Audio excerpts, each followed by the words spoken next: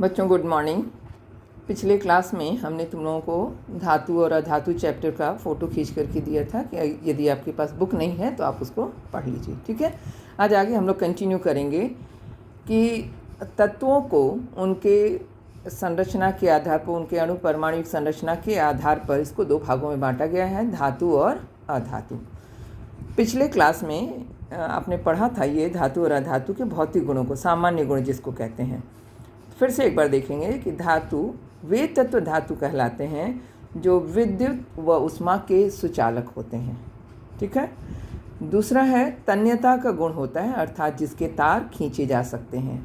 आघात वर्धनीयता का गुण होता है जिसको कि पीटने पर टूटता नहीं है बल्कि इसके क्षेत्रफल में वृद्धि होती है।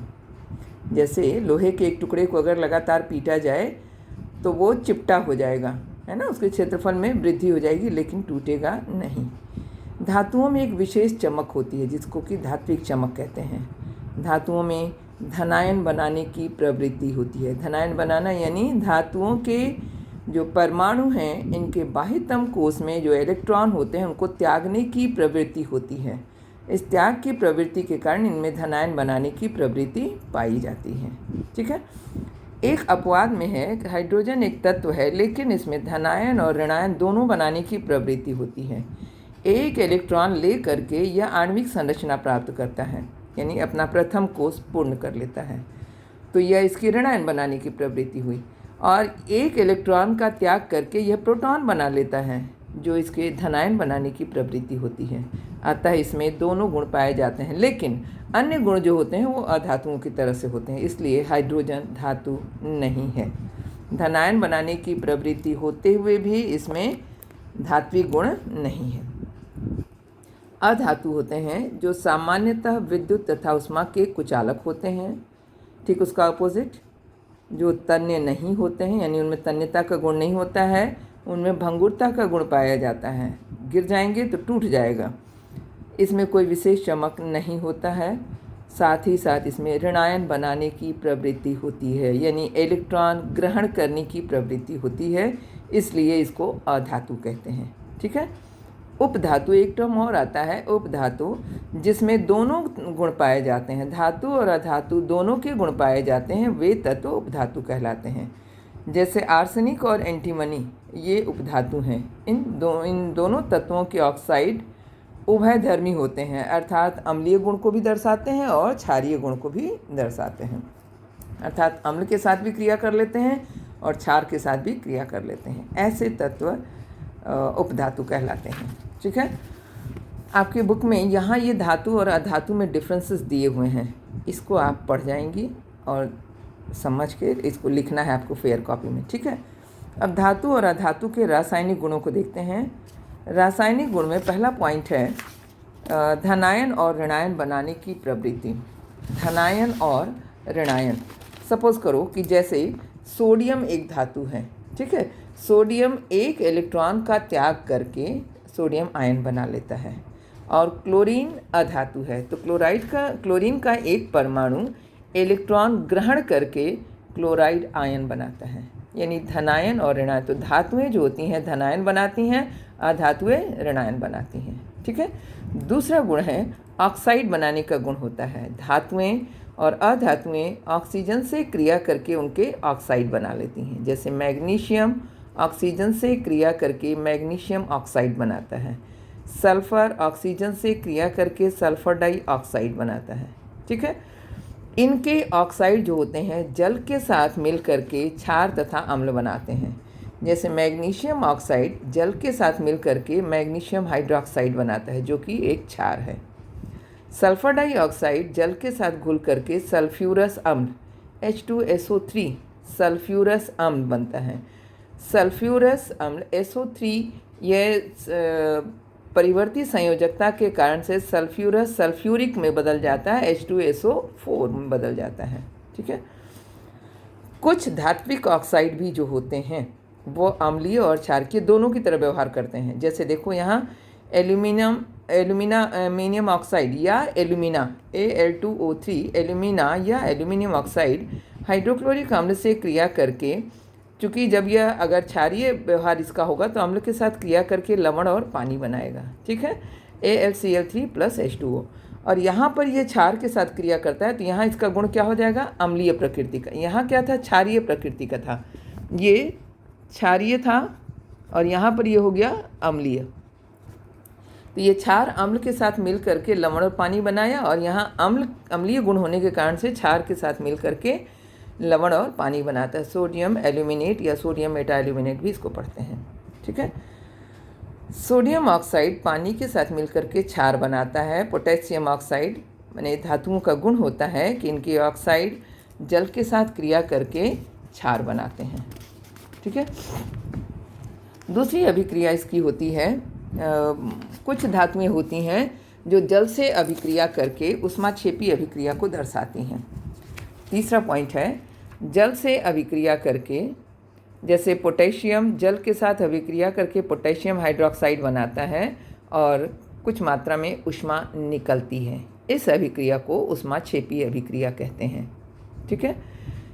कुछ धातुएं होती हैं जो गर्म पानी के साथ अभिक्रिया करती हैं, जैसे मैग्नीशियम गर्म पानी के साथ अभिक्रिया करके मैग्नीशियम हाइड्रोक्साइड बनाता है और हाइड्रोजन गैस निकलती है।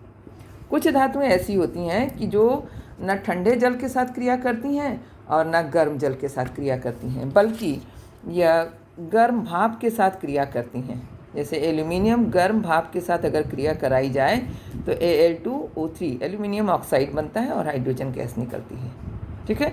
तो ये जल के साथ अभिक्रिया थी। चौथा गुण इसका है, हाइड्राइड बनाने का गुण होता है। सोडियम हाइड्रोजन से क्रिया करके सोडियम हाइड्राइड बनाता है।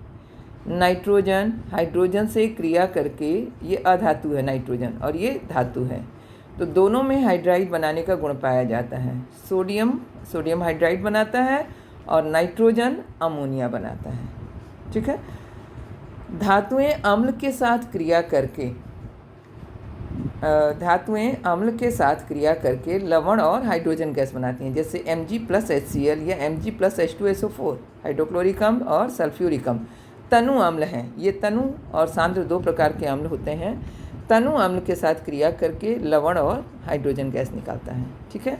तनु और सांद्र क्या होता है ये सबको मालूम है, जिसको नहीं मालूम वो पूछ लेना, नहीं स्पष्ट होगा तो। तनु में पानी की मात्रा यानी विलायक की मात्रा अधिक होती है, हाइड्रोक्लोरिक अम्ल की मात्रा कम होती है। और सांद्र विलयन में हाइड्रोक्लोरिक अम्ल की मात्रा अधिक होती है, विलायक की मात्रा या जल की मात्रा कम होती है। ऐसा विलयन जिसमें विलेय पदार्थ की मात्रा कम होती है और विलायक की मात्रा अधिक होती है, वह विलयन तनु विलयन कहलाता है, ठीक है।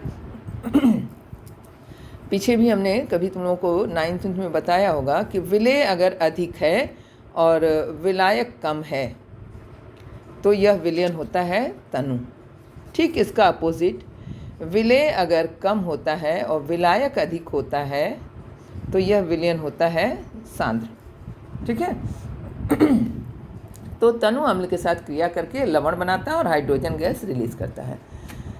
छठवां है, धातु लवणों के विलयन के साथ, यदि धातु लवण है, कॉपर सल्फेट है, कॉपर सल्फेट में अगर आयरन का टुकड़ा, ये विलयन है, लवण का जो विलयन है इसमें अगर आयरन डालते हैं तो इसमें से कॉपर को निकाल देता है या विस्थापित कर देता है। CuSO4 + Fe, लोहे के टुकड़े को अगर डालते हैं तो कॉपर को इसमें से विस्थापित कर देता है और FeSO4 + Cu बन जाता है, ठीक है।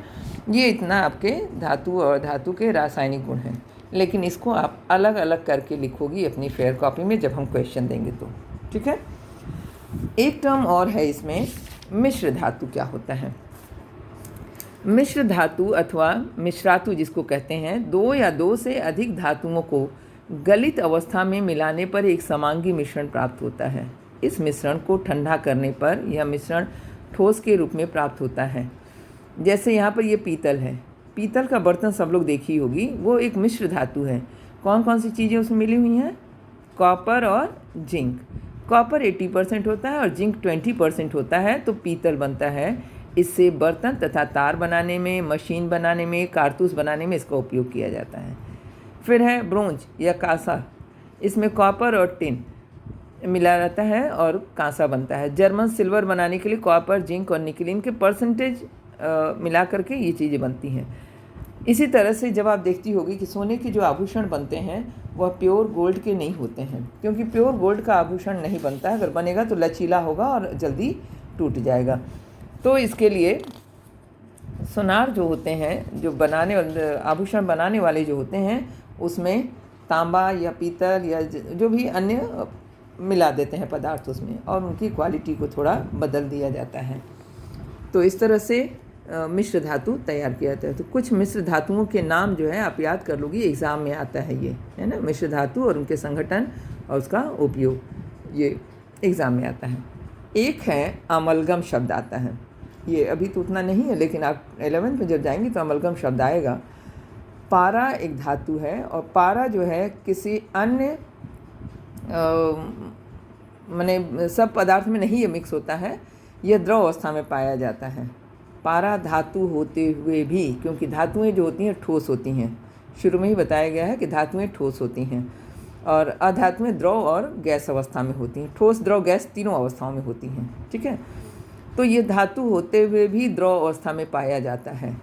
तो कुछ धातुएं ऐसी होती हैं जो कि पारे में घुल जाती हैं। तो पारे में बना हुआ जो विलयन होता है, धातु का पारे में बना हुआ विलयन अमलगम कहलाता है, ठीक है। धातु का पारे में बना हुआ विलयन अमलगम कहलाता है। तो यहाँ तक आपका धातु और अधातु के भौतिक गुण, रासायनिक गुण, इनमें डिफरेंसेस और मिश्र धातु तक आपने देखा। अगले क्लास में हम लोग देखेंगे इलेक्ट्रॉड, विभव तथा वैद्युत रासायनिक श्रेणी, ठीक है।